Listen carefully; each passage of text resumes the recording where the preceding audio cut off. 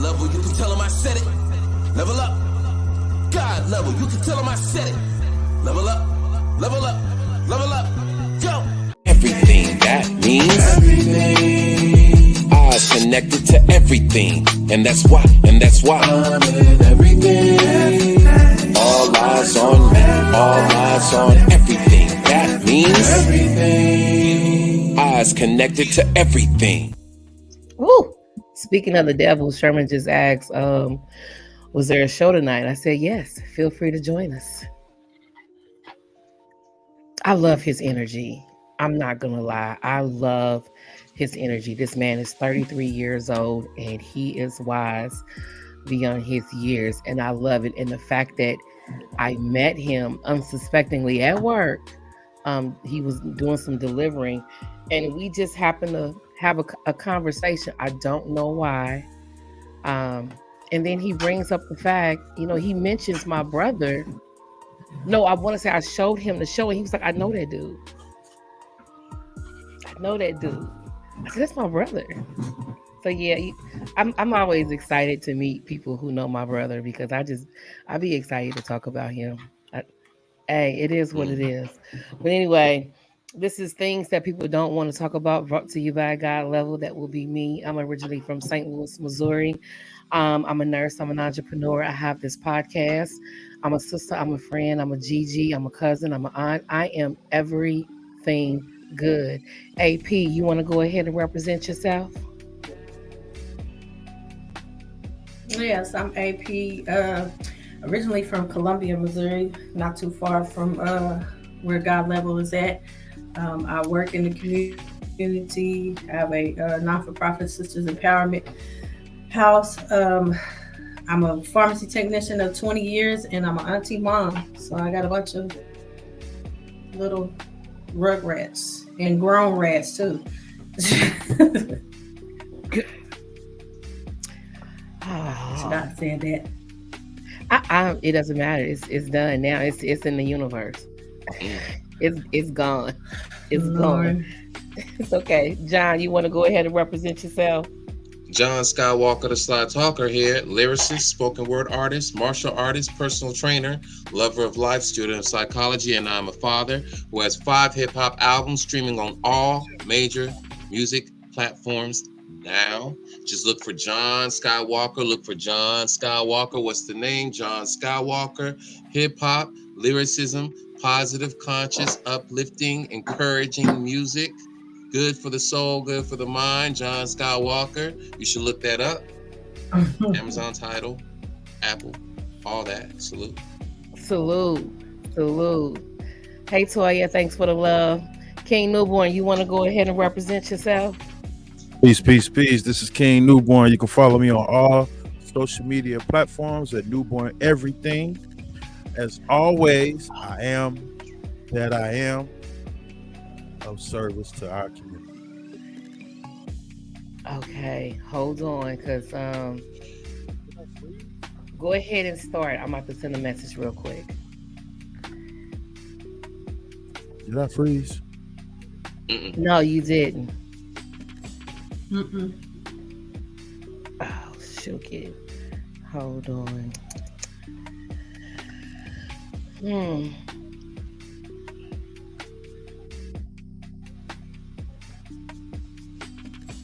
Are y'all waiting on me? Oh, you said. No, I said go ahead and get started. Wait a minute. Go ahead and get started. Yeah, go ahead and get started. Okay. Well, today's episode is about depression. Yes. But we are going to be replying to this question right here. What does depression look like? And this is a very relevant question because it manifests differently between genders, between cultures, between individuals. And when you think about suicide ideation, we talked about that, right? We talked about suicide ideation.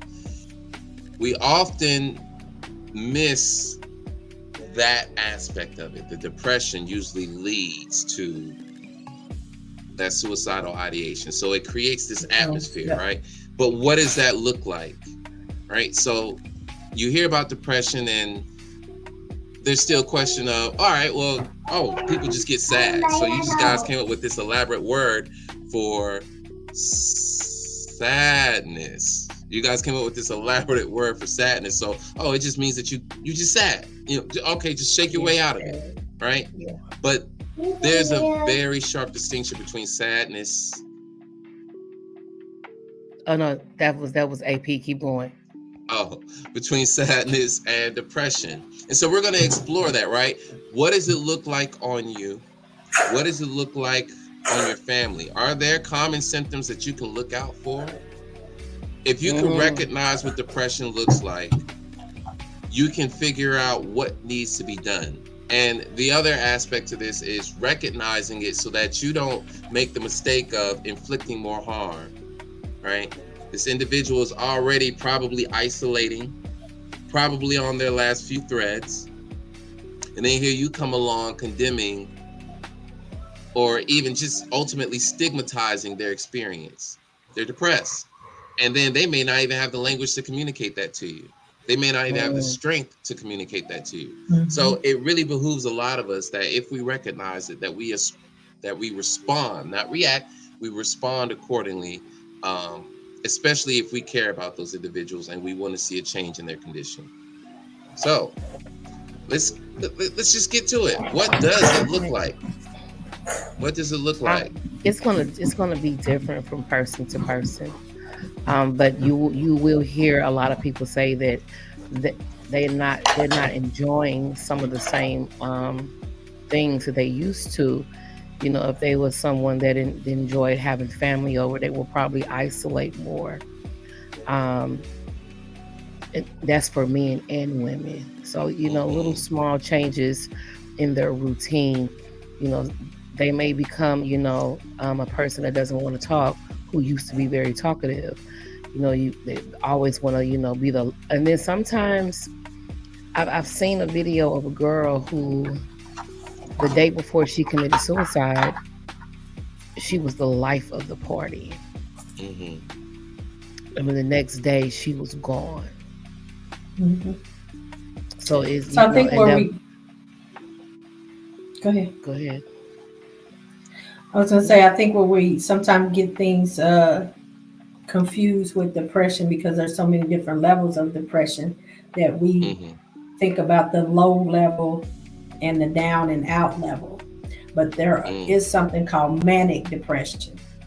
And that manic depression causes self-destructive behavior, because you have a low, and then when you get to the high of that manic mode, then you start doing things that are out of character. And a lot of times it becomes destructive, because now you at the point of lack of sleep.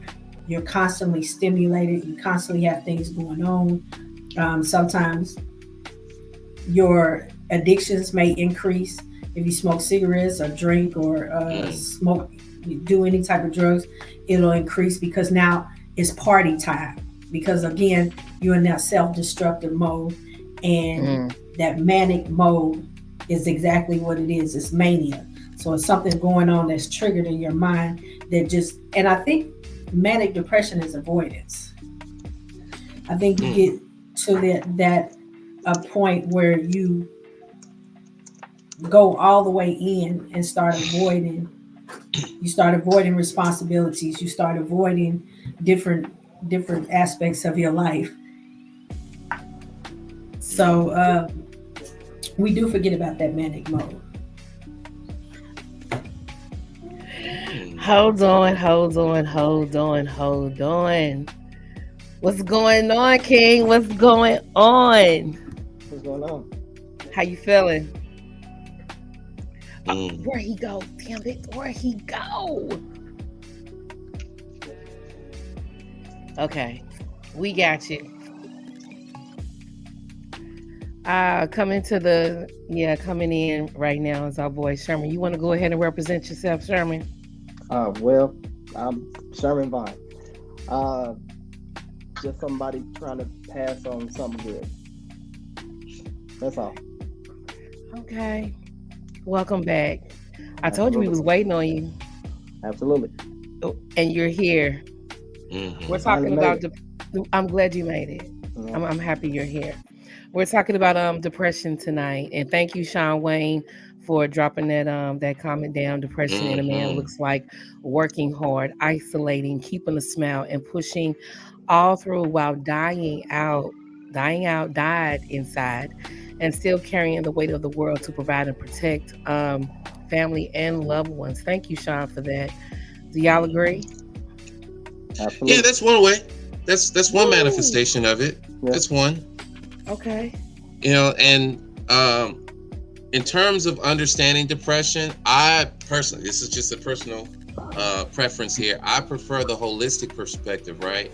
Mhm. In Western medicine, we try to pin it down to like one thing. We'll say it's um, we might say it's alteration in brain chemistry. We might say it's psychological in that an individual is oppressed, in their relationship. They're experiencing bullying, emotional bullying from their own parents, right? And the person Mm. is not allowed to express their emotions, their feelings, even holistically, just their identity. They cannot be themselves. And when you are shrinking the individual, that leads to these symptoms of depression. So that's like one slither, one way of thinking about it, right? But there is a question as to motivation, right? Why does this, for example, why does this man, this black man who's working hard, isolating to keep a smile, right? Why is he doing that? So he's still performing, that's actually high functioning depression, right? Because he's still able to perform his duties, but like he said, he's dying on the inside, right? So the mood is not there. You can fabricate the emotions on the outside to appease, right? But then there's questions of, well, hey, how does the wife perceive him? Or how does mom, like the people in his circle, do they really see him for how he's feeling? Do they really, hey, you good, man? I mean, you just, Right. are you really seeing him in his element? Or are you Mm. seeing a fiction? So these adaptive strategies, they're coping, right? But these adaptive strategies come into play, and you're not actually dealing with the problem because there's something or a collection of things that's influencing the onset of that depression. So there's a lot of, there's some loaded questions in there in that experience. Oh yeah. But that's just a man, right? I mean, what about women? Mm. How does it look I'm- in women? Well, I'm a little off right now. I will say that right now I am a little off, and I picked up on it a week or 2 weeks ago. And for me, I stopped cleaning. So now that my daughter is gone, I know what it takes. So I've been really pushing myself to not stay in that mode. So I got up today and I started cleaning after I had a nap. Slept good last night. Thank you, AP. I appreciate it. Brought me up some medicine. I needed it. Slept good last night. Woke up this morning, had my coffee, did a little bit of shopping. Just kind of, you got to move to get out of that stagnant energy, that space, that mindset, and just keep going. Set you a little routine up, but don't overwhelm yourself. Take it one day at a time, one thing at a time. My goal today was to get my spiritual drawers cleaned out and my living room together, put my stuff up and do some laundry. I did that. So now I feel accomplished. That feels good, to not be, to look up and still see the same thing. So yeah, you got to keep moving. For me, I can be good 1 minute and fucked up the next. Excuse my language. You were talking about manic depression. I've had that where it was rapid with me, and it would change, and I knew how to mask very well. So having a tribe, having people to talk to, and being able to accept help is a big thing. Yeah. So yeah, I know that I can call on each and every last one of you all, but I have the tools to get out of this. So I'm trying to put my big girl drawers on and do it myself. Yeah, I would think I think I've talked about this plenty of times. I've battled with depression since I was in my early 20s. So we talking about over 30 years. And definitely medication was a big thing. I've also let y'all know that I have come off the medication, and I'm not doing that. I thought I was gonna go back on the medication a few weeks ago. I had some things going on in my personal life with my dad and so on, so I was starting to get down. But I recognized that that wasn't depression. It was sadness, because also I had addiction issues. So when you start to feel different things, because when you got addiction, you don't feel, because you can mask all of that.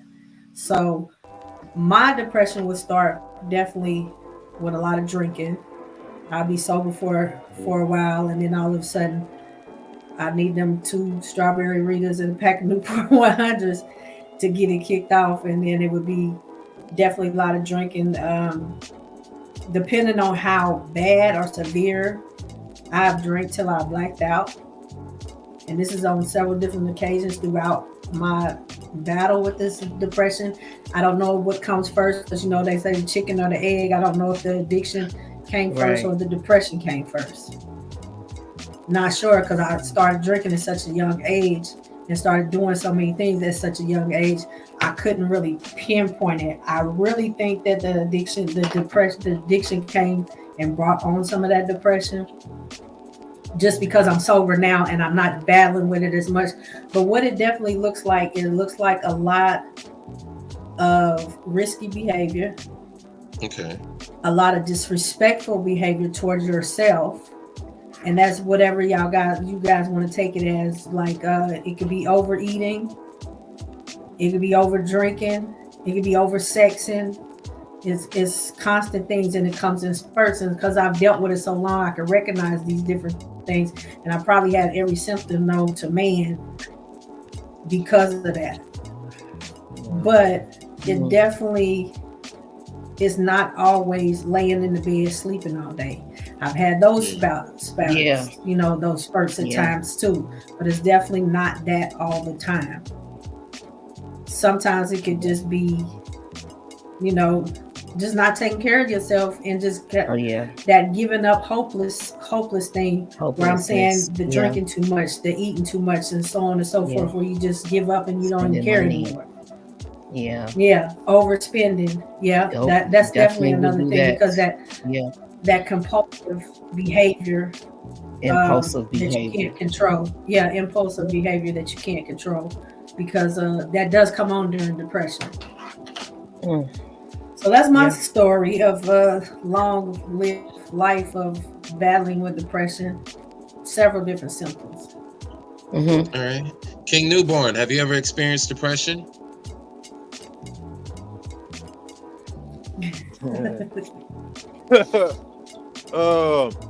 I didn't acknowledge depression until God Level started this podcast. Wow, that's a big one. So,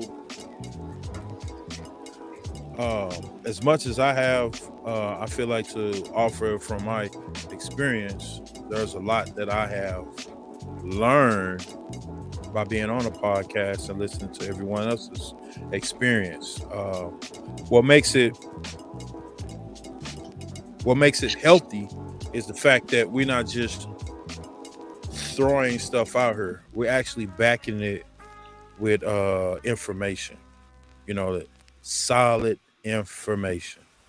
And I can't do nothing but absorb that, do my research, and continue to construct who I am, to continue to move forward, and build service even more.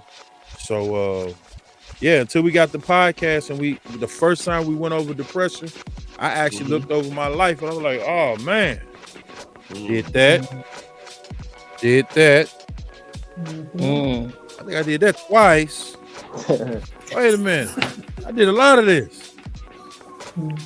But from that, I say for me, I'm just gonna say for me, my will to continue to self-improve, continue to build a new version of me, a stronger foundation for me, helped me to see where I once was and where it is I'm trying to go now.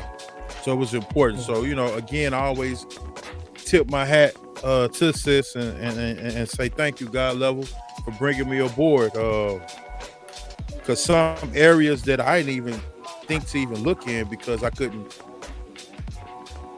use self-awareness to self-identify in some of these areas that really need to be looked at. So as much as my journey was to self-improve, to bring forth the best version of me, some of the information that I lacked or was ignorant to, my eyes was open, did my research, and I was like, oh, okay, we're gonna change that, get rid of that, remove that.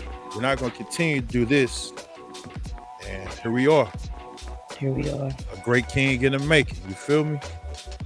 The best version of yourself. That's Definitely. Yeah. the best. But there's version of something to yourself. that part, though. The part of, all right, I didn't acknowledge it until, this podcast, right? There's something to that, right? Really imagine how many individuals are out there that, follow the same pathway, right? They don't know what depression is, but they know it exists. They don't know what it is. They've heard it, but they don't know. So it's like this boogeyman, like, oh, I ain't got it, right? I ain't got it. Until you really sit down and listen to somebody talk about the boogeyman, and then you realize, oh shoot, the boogeyman been living with me this whole time. How did I not know, right? It's that part. Yeah. That's one variable. Who is actually talking about that, right? Just openly talking about that within your circle, your family, your school, your community. Who is openly talking about that so that you can become aware if you even have this, or even what it looks like. So it becomes this ghost figure. It's a buzzword with a ghost, right? You don't know what it is. You kind of know what it can do. You know that it's bad. You know that it's something you don't want to get. You know that there's a label and a stigma attached to it. And so we kind of dance around it.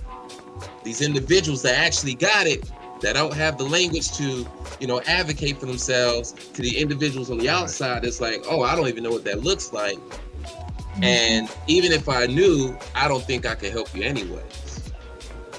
Yeah. So now I want to talk about go ahead. I just want to add real quick. I don't know, could be just me. Most of the times, we can't identify if that person in that lab coat don't diagnose us. Right. Scientific racism. Yeah. That's a real thing. It's a real thing. Yep. And that just adds more to the stigma, adds more to the ignorance, adds more to the mystery. Because I don't want to. But in our community, but in our community, it's been such a definitely a stigma on that, and it's not being discussed. Like I said, I've been battling this for 30 plus years. So you got to think about this. Me taking Prozac was like, she crazy. But now it's at the point of people. I hear other people like, I'll be taking my Prozac, I'll take my Zoloft, I'll take this, that, and this. And I'm like, when I was taking it when it wasn't the norm, but I never backed down. I never let it influence me, because I'm like, if it only takes one pill for me to get out of bed and do what the fuck I need to do and be able to maintain, I'm taking that pill, and I don't care what nobody say. But 20 years ago or 30 years ago, it was something that was poked fun at, and it wasn't something that people wanted to talk about. So I couldn't even advocate for other people that were going through depression because it was labeled crazy. So I couldn't really say what my symptoms are, because even if I said my symptoms or what was going on or what made me feel like that I needed to take this pill, nobody was going to admit to they was going through the same thing, because we were so afraid of being our culture is so afraid of being labeled crazy or weak that we rather just or weak. Because if you weak-minded, you a punk. You a punk. If you got depression, you mean to tell me you can't deal with life? You a punk. You know what I'm ancestors saying? dealt with this, so you should be able Yeah, to do yeah, it. yeah. Right. Yeah, exactly. So you get talked to real bad, or people will try to talk to you real bad, and it depending on where your depressive state is, that could break you down even more. So it's just easier just not to discuss it. But it just seems like we would try to run from it. And Yeah. I posted the other day, the most toxic statement you could say is, that's just That's the way just I how am. I am. Yep. That's just I how seen I am. that. So we have lived with that for so long. That's just how she is. Like, why she don't never get out of bed? Why she just sitting in the house all the time with her kids and they don't never go outside? Or no. Girl, you know how she is. We never dig any deeper. We never go any further. We just accept that that's just how people are. And it's a very toxic way of thinking. Accept it as normal. That's the norm. Yeah. That's the status quo. It's almost- Being sick is the status quo. Uh-huh. Yeah. It's almost taboo in a way, Yeah, definitely. because It's getting better. some of this is due to just lack of information, man. I gotta really put parentheses around the fact that when you sit and you hear someone else's experience and you be like, man, that's wild, right? I never do that. I never go through that. That wouldn't happen to me. Right. We was just Separation. talking about- Again, Yeah. yeah. You try to, at least you try to, until you get to, right, you know what I'm saying? Get the stiff on. Until you get to talking yourself, man, you'll be like, hold on, we parallel. Oh, wait a minute. Yeah. That was that Yeah. one day I was drinking. I didn't know why I was drinking, but I kept drinking. And then, Mhm. hey, can I get another drink? And I don't even want to leave Right. because I want another drink, but I left her to go to the store to buy bottles. Why am I doing all this? Yeah. John said You it know? last week that people refuse to ask questions. Ask the questions about themselves. Yeah. Gotta be If you interesting. refuse to Hey. investigate. Yeah, but who want to be like, yo, problem? I just went to Kind of breaking up there, King. now. Oh, I am. Hello. 1, 2, You 1. was. Yep. Go ahead. Yeah, I was saying, but you know, when you the doctor checked you out, you fine. But yeah, that was on the health side of things, not necessarily the mental side of things. Mm, Well, you ain't breaking it down like, you know, yesterday, I kind of thought about, I kind of thought about it. Yeah, we ain't finna tell the doctor that. We don't want him to find out nothing extra. yep. Scared to talk. We be terrified. Scared. Terrified to open up. Can't open up at home. Can't open up at work. You don't want to tell your homeboy. You don't want to tell your homegirl. You know, you ain't got no real place to run to. No, there's nothing safe. You have no safe place at all. Again, I want to point out things that people don't want to talk to you. Brought by God Level, this beautiful panel. And for anybody that's listening to this is a safe place. Don't forget, we got a phone. What's that number, Very man? safe. What that number is? Anybody y'all want ready to for talk? that right now? Anything somebody Yeah, want to go get off right their ahead. chest? Yeah, there it is at the bottom. There it is. 832-479-9035. The Mm, line is I open. definitely want to ask the people on the panel and the people in the audience, because this is something that's gonna really like impact. So you go to the doctor and you fill out your form or your past history and so on and so forth. And one of the questions on there is, are you feeling anxiety or depression? Immediately, we want to say no because we don't want them to dig any deeper. How many of us just check that box no just because we don't just want to even deal because. with that? Yep. I ain't even Yep. here for that today. I'm not. Right. I Yep. just came to get my pap smear. I'm Yep. not here for no depression or whatever you came to get done. I'm coming I don't to know get about a whatever pap done. smear, but Okay, well, okay. Well, you- Right. my blood Okay, pressure. well, I just came. maybe. Okay, just to check on my blood pressure. But whatever it is, you put a no in that box and don't even try to give it a chance. Mm. Like we check that box. So and like I said, I suffer from depression, but it be days that I check that box. No, because I don't feel like it today. Right. I don't You know even what? want to talk about the depression. Go ahead. Go ahead, Sherman. From everything that I've heard from the panel, it sounds, what depression sounds like is dipping into too many pleasures. Depression sounds like accountability. It makes that world that you want to believe in, it makes it false if you take this accountability for saying what it really is, because reality is hard for everybody. Mm-hmm. It's not Mm-hmm. it's not easy for anybody. Everybody has a story, everybody has a background, but if everybody put those problems in a bucket, you'll pick yours back up because you at least know where to start with yours.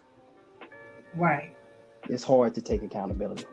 It's hard to look in the mirror, but you gotta love that person first before you can step anywhere. Not just forward, not backward, not left, not right. Because if you don't have directions to where you're going, you will end up right back in the same spot that you were. And that sucks. Because of course I check no. Yeah. I Yeah. want to check no. You don't want anybody to dig deeper because it's starting to get down to your roots, the roots of your tree. And that's it's my whole thing is whatever I try to do. When it comes to just talking to regular people and regular interactions and stuff like that, never be the straw that breaks somebody else's back because you don't know where they are. They could be where you are. Right. Exactly. Bars. Besides, you putting on the mask and stuff like that, and of course that is good for every. It's like code switching, but it's soul switching. Mm-hmm. You gotta talk to somebody. Say that one more Always, time. it's not so much code switching; it's soul switching. Always try to talk. Yeah, Always try that. I ended with this. I don't want to go too long. Always try to talk to the God in somebody, and just try to make your God recognizable, so they can relate on any level. Because if you could talk in the highest levels, you could talk in the lowest ones too. Everybody's important. facts. That's all. Yeah, I just want to take what he's saying. He's very. Oh, go ahead, John. Go. I was gonna say, I want to jump on this question so we can keep it moving forward. But before we move forward, I want to just kind of clarify exactly what we're talking about here with the depression, right? In terms of the symptoms, and then even how it manifests, right? So I'm gonna be reading a few things here, and I am not for self-diagnosing, okay? Like, this is a safe space, right? But if some of these symptoms are starting to pile up, it's just a signal that, hey, maybe I need to go investigate this. We're not saying this is what you have. Right. But if some of these things are checking off, and I'm saying like maybe 5 or 6, then maybe that makes sense. It's pointing you in that direction. And then, okay, yes, please go seek medical assistance, all right, or professional medical help. So we're talking about loss of interest and pleasure. We're talking about feelings of worthlessness, guilt, fatigue, low energy, appetite, right? Appetite and weight changes, changes in your sleep patterns. So we're talking about like that insomnia, or really just having difficulty staying asleep, and it just piles on all of a sudden.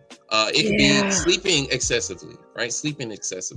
And then, there's the persistent feelings of sadness, but also anxiety, right? A lot of people don't know that irritability and that anxiety go hand in hand when it comes to depression, right? And then there are physical symptoms. It's the headaches, it's the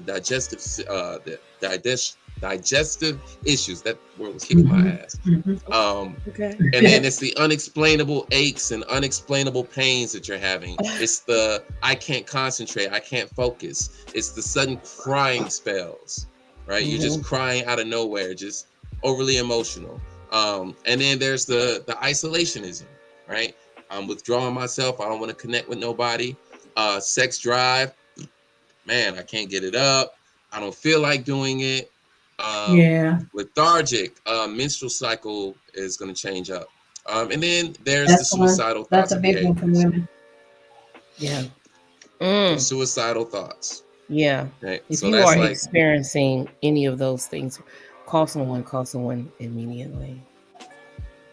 and if there is a crisis, emergency, 988.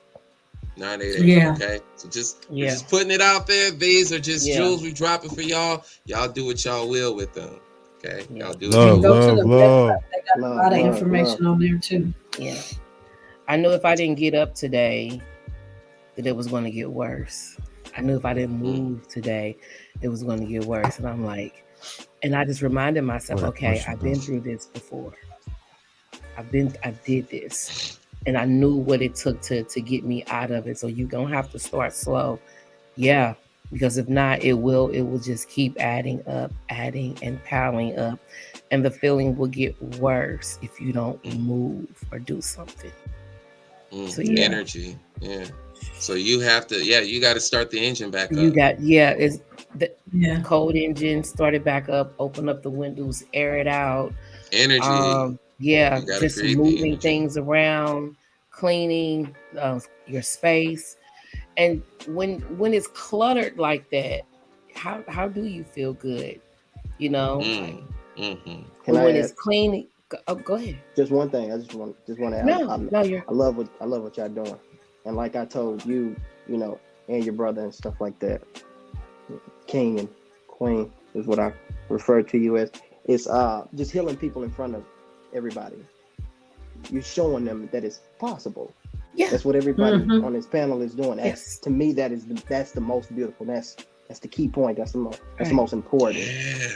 I'm the example. I kind of just want to give thanks. That's all. That's all. Oh yeah, this is my tribe. Yeah, absolutely. And everything that I say out of my mouth is actually therapeutic for me. Right. Yeah. Everything that has an effect has an equal and opposite effect. So it's just it balances. And I hope we hit balance. Balance. I love it. I love my brother. Do your thing, baby. So yeah, but the reason why we need to talk openly about this is for that reason that he just mentioned. Yeah. Healing. This is about healing, y'all. Yeah. Right? You got folks out here that got STDs undiagnosed, right? Oh. So this is a likeness. Yeah. Something is gone awry in your life. Now, I understand, of course, if you're born in an environment where this is the norm, being sick is the norm, healing is going to seem very abnormal. It's going to look like the bad thing to do. It's going to look like the wrong thing. It's going to look weird. It's going to look like you chastising and criticizing and condemning it simply because you don't understand it. And you don't understand it because you're not frequently exposed to it. There's no high speech about it, right? So we have to be able to talk about this openly so that we can communicate that, it's okay to have this. It's okay in the sense of, I got it. I don't know where it came from. I didn't know, but I got it. That's okay to acknowledge that I got it. Now we can figure out what to do with it. Yeah. Because you got it now. Yeah. And you're responsible because it's something you got. It's in your responsibility. It's in you got to do something about it, right? Right. Queen? Yeah, if you have someone in your life telling you you can't change, get rid of them immediately. Yeah. Or you're too old to change, or you're just set in your ways. That's they're not a part of your tribe. Get rid of them immediately. Yeah. Yeah. God level, I'm big one of the on biggest that. Things. Attentive ear. I'm big on it. Having an attentive ear. When a person gets to talking, you either gonna speak life over me or you're gonna speak death over me. Right. The moment I realize you speaking death over me, I'm good. It's all peace. No, you ain't gotta go nowhere. Yeah. Watch me remove myself. I know I've learned real deeply how to remove myself. Yeah. And there's nothing wrong with that. Yeah. Right. That's the best thing to do. I want to touch on fear. Fear is one of the biggest things that'll hold us back from everything. Yeah. And I'm just, this is just my testimony because like I said, I used to drink a lot and smoke cigarettes, do all type of stuff. And then when you are and I went through this for several years, fear of change. What I'm gonna do if I'm not doing that? How I'm gonna live if I'm not gonna do? What are people gonna think if I'm not the life of the party and I ain't full of talking stuff and whatever, what have you? My identity is a part. This is based on my identity. This is who I am. These things here, and even though it's not, but you fool yourself into thinking that this is who I am. This is a part of my identity. What do I do? Where do I go? Because now I gotta have a different circle of friends, because if I'm doing something different, I can't. The fear of the change, because that means I have to change everything around me. If I heal, if I get better, there are certain people that can't come with me. And you have to be able to look that square dead in the face and say, I'm okay with not bringing these people with me. And it's a hard thing to do. Well, I want to piggyback. Go ahead. I just want to say real fast for Sherman, real quick. I want to say one thing. AP touched on something that's real big, real huge. Shout out to anybody that drive trucks. I want to say you got to be strong-minded to drive a truck. Yes, you do. When you're in that truck will expose any and everything about you, areas that you weak in, areas that are unknown to you, areas where you thought you was loved, appreciated, all that go out the window. The one person you got to face is yourself. Yeah. You can't run from you.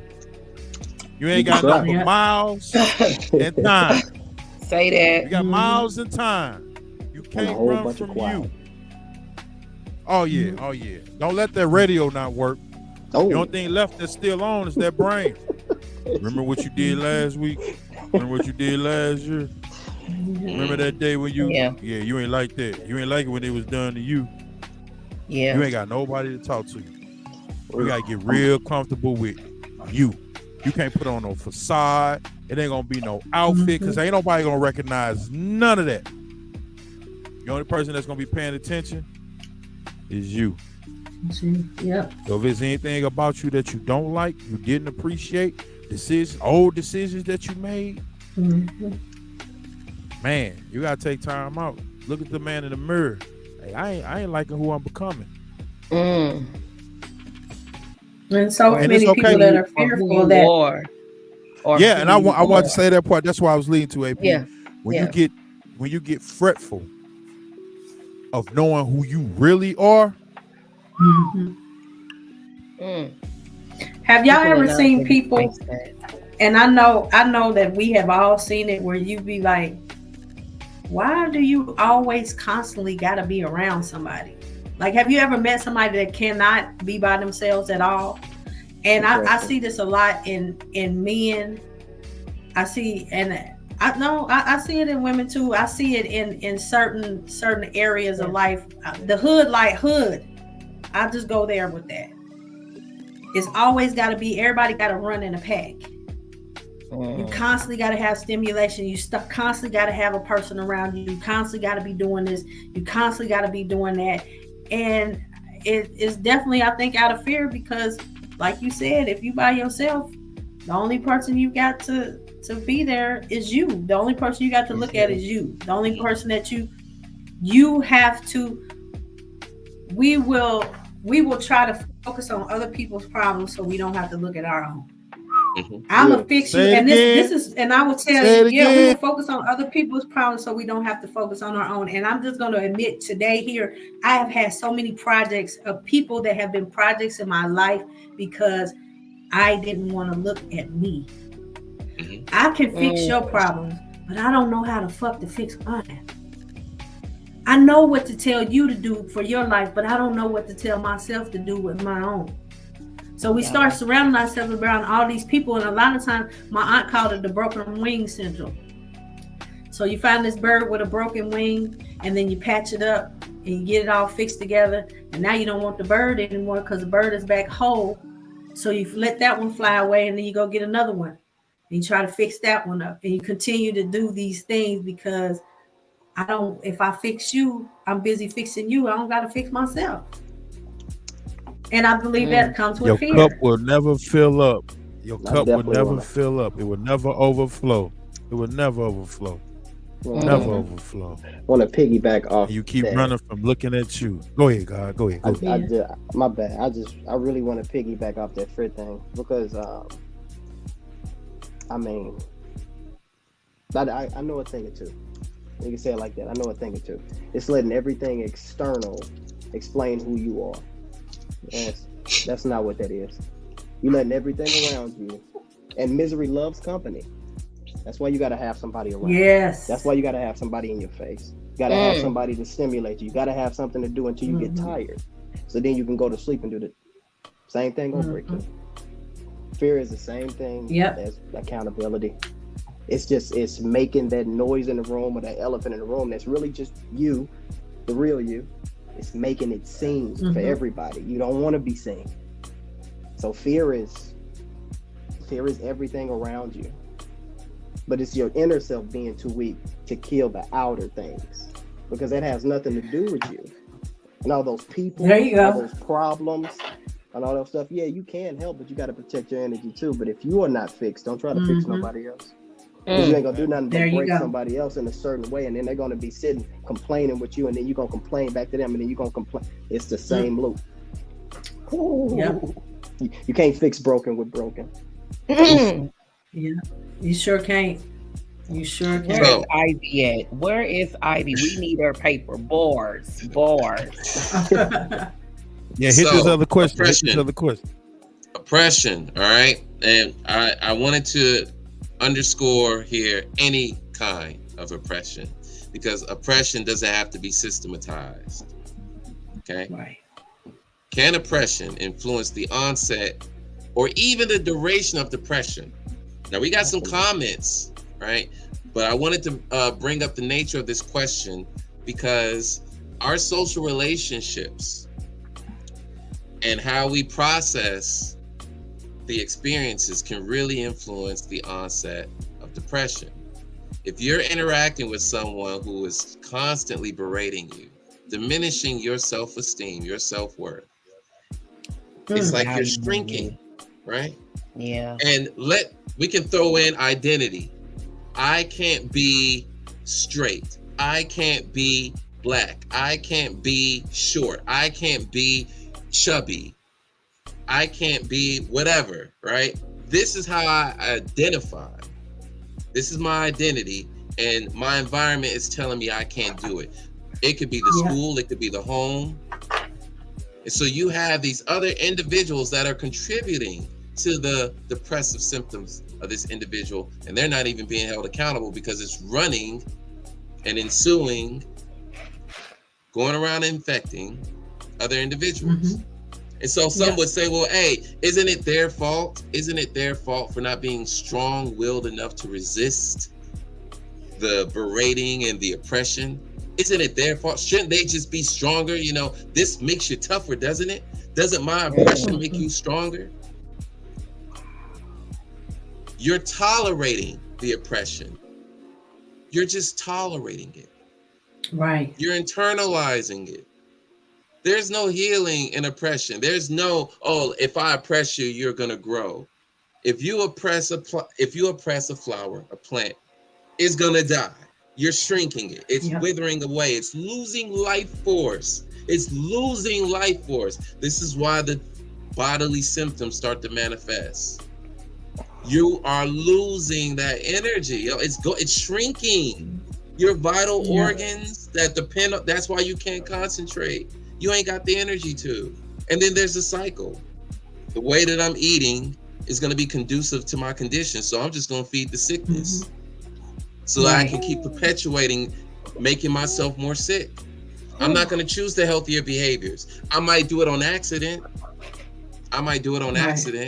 And then I might enjoy, oh, okay, shake it off. Okay, cool. I healed on accident. And then I'm right back into it. Right. And I keep repeating that cycle. And so now I don't even know where this thing began. I can't even trace it because sometimes I actually heal from my depression unintentionally. And that's the part. It's the unintentional healing. And so you keep going through these cycles of, okay, I'm kind of good, to all right, I'm not good at all. Right. Oh shoot, I'm worse. So sometimes you come out of those cycles.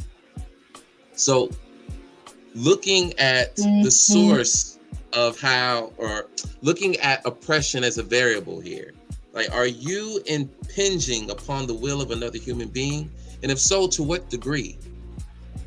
Because if you're diminishing their right to go ahead. I was gonna say that goes to what Sherman was saying, that the misery loves company. That just, goes to that, where we start to, and some people, because we'll go back to that's just how I am. Some people don't even realize that they're doing that. Right, of course. Because we've been functioning, we function in our dysfunction so well that as a collective, we've been doing this for a long time. So when you try to get out, I'm going to continue. It's not that I'm trying to pull you down. We've been down. We've been stuck in this depressive state. But it's when you try to wake up and move forward, you feel like that they're trying to pull you down, but they're just doing what they've been doing. You just woke up and said, this is not what I want to do. Absolutely. Nothing has changed about the circle. You can go back to the circle right now and they're still doing the same thing. We just talked about Here go one that. for you. We just talked about that. Go ahead. Here go one for you. Like you said, AP, John, Sherman, this is who I am. I'm always going to be this. I've been like this for so long. In my life. So long. Who are you to come in here and try to change me? I'm not ready to change. Audacity. So Audacity. I'm not ready to change. That's basically I'm not all ready to they're change. saying. You don't have permission to tell me when to heal. Who said you was even qualified to tell me? Huh? Even though I know I probably all day long probably tell everybody, you doing this wrong, you doing that wrong, but who is you to tell me I need to change something about what I'm doing? Everything I've been doing working fine. Right. This is just how I am. It's just who I am. Accept me as I come. Yeah, and that's sick. Accept me sick and all. Accept me unhealed and damaged to you as I am. And if you don't like it, then you ain't gotta be bothered with me. Yeah. And I won't. Take this right, because you're not beneficial. It's not beneficial. Yeah. I won't. He said, and I won't. It's not beneficial for anybody. What makes you? What gives you? It's not on the lines. I kind of get offended because on some real stuff, how dare you? How dare you try to condemn somebody that tried to help you for no reason? Right. You don't see that as a blessing. You don't see that as maybe a sign that maybe you should still change, because there's always a sign when you should change something. You're just missing it. You can call it a red flag. You can call it a white veil. You can call it a white straw. I don't care what you call it. But you need to see it. If not, you're going to keep reliving the same lesson that you've been stuck on since you were 17. And that's how old you are. It's a lot of grown boys. It's a lot of adults. Women and men. Adults, not grown. Adults. A lot of adults. But because 18 makes you an adult. We said this. I said this to God Level the other day. I said there's a whole lot of adults out here, but not a lot of grown-ups. Adult means that you're 18 or over. That's all it means. And being a grown-up has wisdom, knowledge. Yes. Go ahead. I'm sorry. We just talked about it. Go ahead. You got it. I ain't got to say nothing else. That's wisdom. But why are you looking at wisdom as something that's condemning or something that's hurting you? They're not talking because they want to talk to you because they want to be blue in the face. Take that as something, as a treasure, because time and love is the only currency that we got. I've said this once before. You don't get to renew that. Once you tarnish somebody's love, you burn that bridge. Once you mess up somebody's time, you lose them forever. Sometimes you don't get second chances. So be gracious and just understand that we are all in it together. It ain't nobody different. You know what? We just got different stories. Yeah. King Sherman, you just said something that hit so heavy in my chest, man. Somebody told me this before, and I didn't really respect it. Sometimes you don't even get a first chance because you diminish the opportunity. Yeah.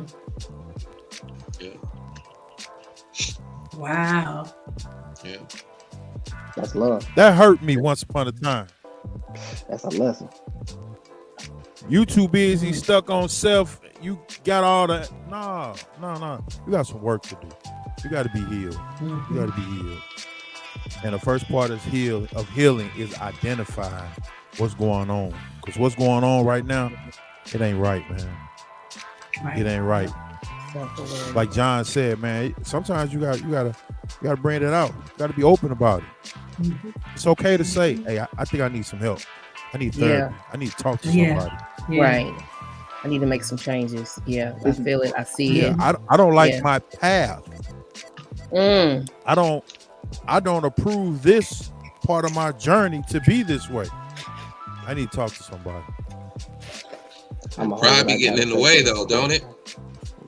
Yeah, definitely. Pride. That's a Pride. Stuck. Yeah, pride and that ego. Right. Yeah, that ego. Like, what you mean? Ego, yep, that What you ego gonna do? mess you around every time. Ain't no Oh my God. So the question is, What's the way I was to looking at the manage question depression? about managing depression. I'm an advocate for medication initially because some people get to a point that the depression is so strong that that's the only thing that you can do. Now, during that period of time, it's your responsibility to change your diet. Recognize that what weight, I can always tell when my weight fluctuates, where I'm about to head to. I can tell when I get down to a certain size where I'm happier, I feel better, and so on and so forth. Start looking at the things that trigger, because once you get the medication initially, and I'm not saying you got to stay on it forever, but give it a chance so you can look at the other things in your life so you can start making those adjustments. Because as long as you're in that depressive state, you really need that quick fix first. Yes.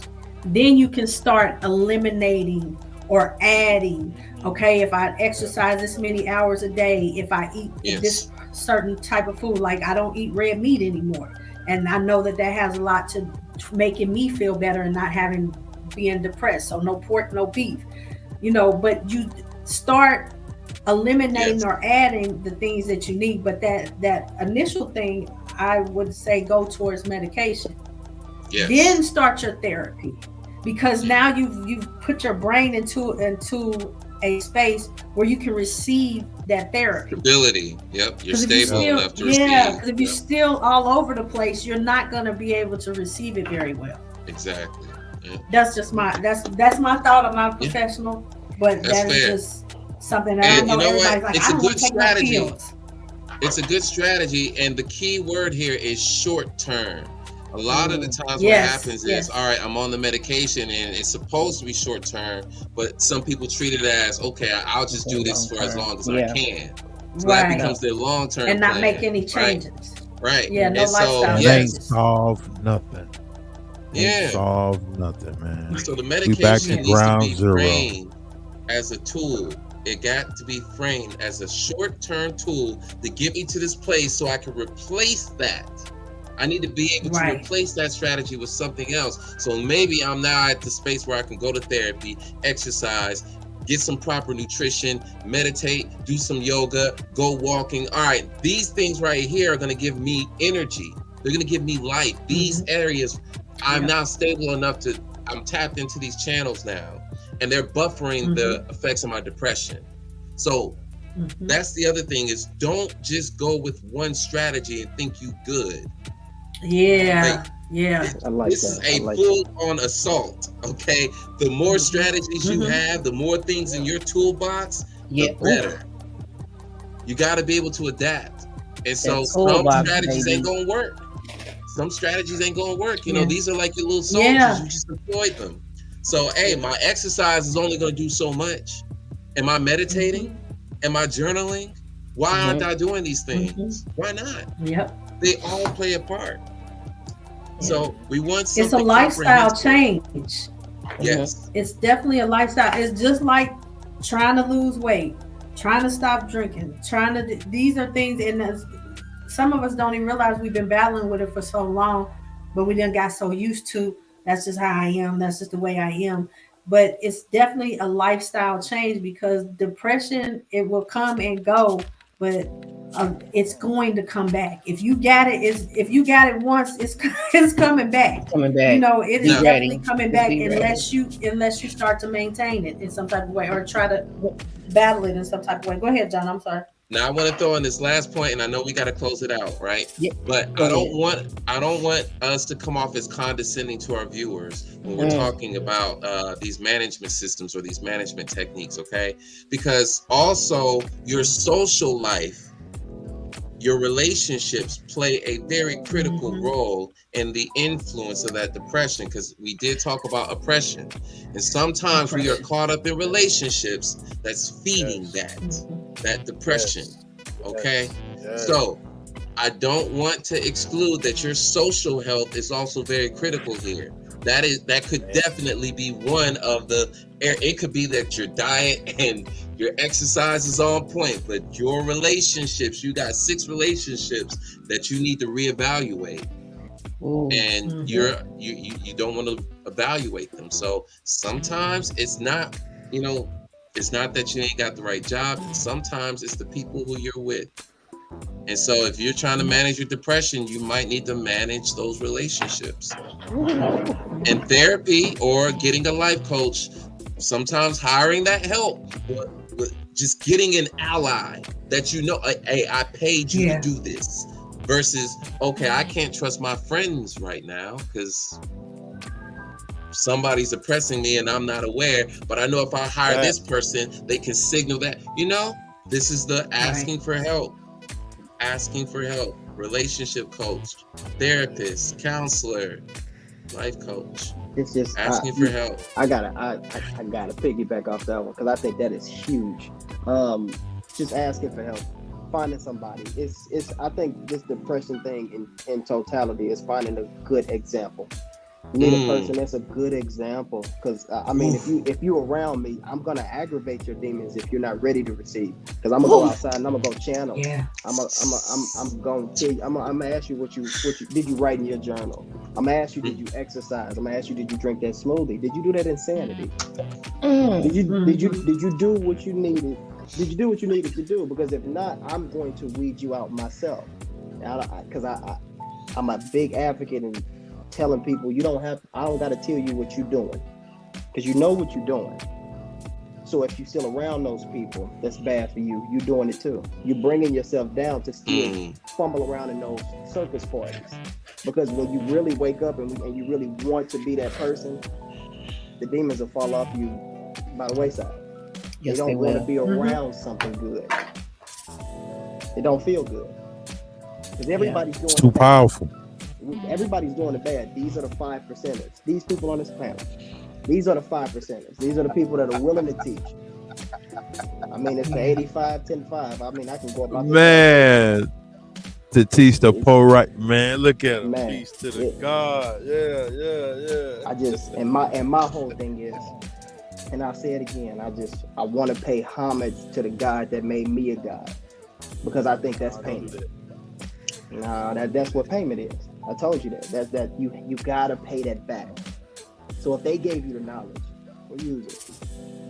That's it.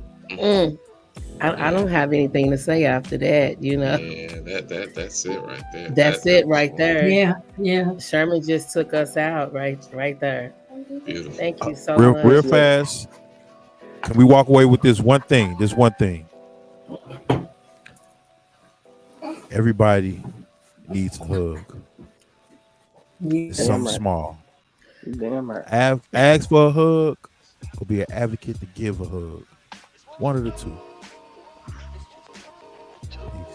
That little boy looked just like her. He just waved at everybody. He couldn't wait to get He on couldn't here. wait to come in here. Say hi. What's up, man? Look at him. All right. Well, I want to thank everyone for coming in and jumping in on tonight's live. If you didn't get a chance to check it out, it'll be on all of our profiles. And don't forget that we are on iHeartRadio, Apple Podcasts, YouTube. You can always go back and watch. I want to thank people who dropped a comment. Thank you for the love. Don't forget to like, subscribe, share. We are here. We're live every Tuesday. With that being said, we'll see you back here next week. John, you got me? Yeah. Family.